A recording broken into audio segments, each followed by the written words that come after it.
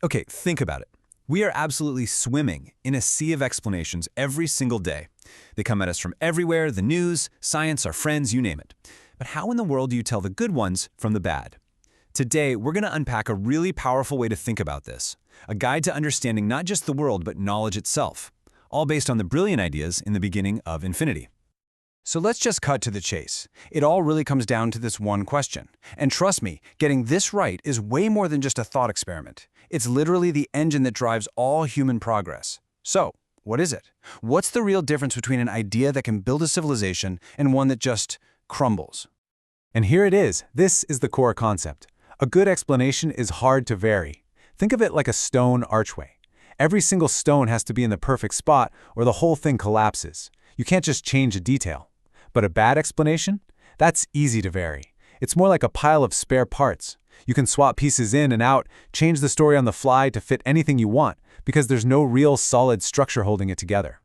All right, so with that key concept, the idea of hard-to-vary explanations as our foundation, let's dive into our first section and see how this becomes the engine of everything, the power of explanation. So what exactly is an explanation anyway? It's not just a description, not just saying, hey, that's what I see. A real explanation has to go deeper. It's got to tell you the how and the why. It's about revealing the machinery behind the curtain, the actual cause and effect that makes things work. And here's where it gets really cool. The absolute best explanations, the most powerful ones, they have this amazing quality. It's like a superpower that lets them solve problems they weren't even designed for. This quality is called reach. Think about what reach actually means for a second. It's like you're working on one specific puzzle, and you come up with this deep, solid explanation for it. And then all of a sudden, you realize that same explanation unlocks the answers to a dozen other things you hadn't even thought about. That's when you know you're onto something big. It's the sign of a truly profound idea. But before we can really build on this, we've got to do a little demolition. We need to clear away some really common, but really wrong ideas about where knowledge actually comes from. So let's get into it and bust some myths. So I ask you, where does new knowledge come from? I bet most of us would say experience, right? What we see, what we hear, what we touch. It seems completely obvious. But what if I told you that obvious answer is actually a trap, one that's held back our thinking for centuries? In fact, there are three big ideas, three major roadblocks that have historically gotten in the way of progress. They're almost stakes in how we think about observing the world, creating theories, and justifying what we believe. First up, there's empiricism. This is the old-school idea that our minds are basically empty buckets, and experience just pours knowledge in. But here's the problem. There's no such thing as raw data. Every single thing we observe is already being filtered and interpreted by the theories and ideas we already have.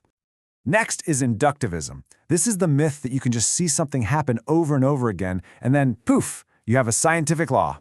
But no matter how many times you see something, it can never prove a theory. You can see a million white swans, a billion even, but that doesn't prove that a black one doesn't exist somewhere. And the third big myth is justificationism. This is that endless and ultimately hopeless search for some perfect authority, a source that can guarantee our knowledge is 100% true, no questions asked. But it's a fool's errand, because that kind of perfect, infallible authority just doesn't exist. So if we can't just trust our senses, and we can't generalize, and there are no perfect authorities, man, it sounds like we're totally stuck, right? How is it even possible to learn anything? What's the way out? The solution is a complete 180-degree turn in thinking. It's called Fallibilism. And this idea is a game changer. It says that progress doesn't come from proving we're right, it comes from being brave enough to find out where we're wrong. It's about accepting that we'll never be 100% certain, and that knowledge actually grows by hunting for our own errors and correcting them. Okay, so once you accept that all our knowledge is basically a work in progress, it forces you to ask an even deeper question. What is this reality that our knowledge is trying to explain anyway? This takes us into the myths of reality itself. And this leads to a huge debate in science. On one side, you've got instrumentalism. It says that scientific theories are just useful tools for predicting stuff. They don't actually tell us what's really out there. But on the other side is realism.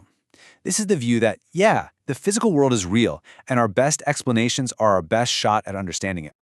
And if you take realism seriously, if you actually believe that our best, most tested theory of the universe, quantum mechanics, describes what's really going on, it leads you to a conclusion that is, well, it's absolutely staggering.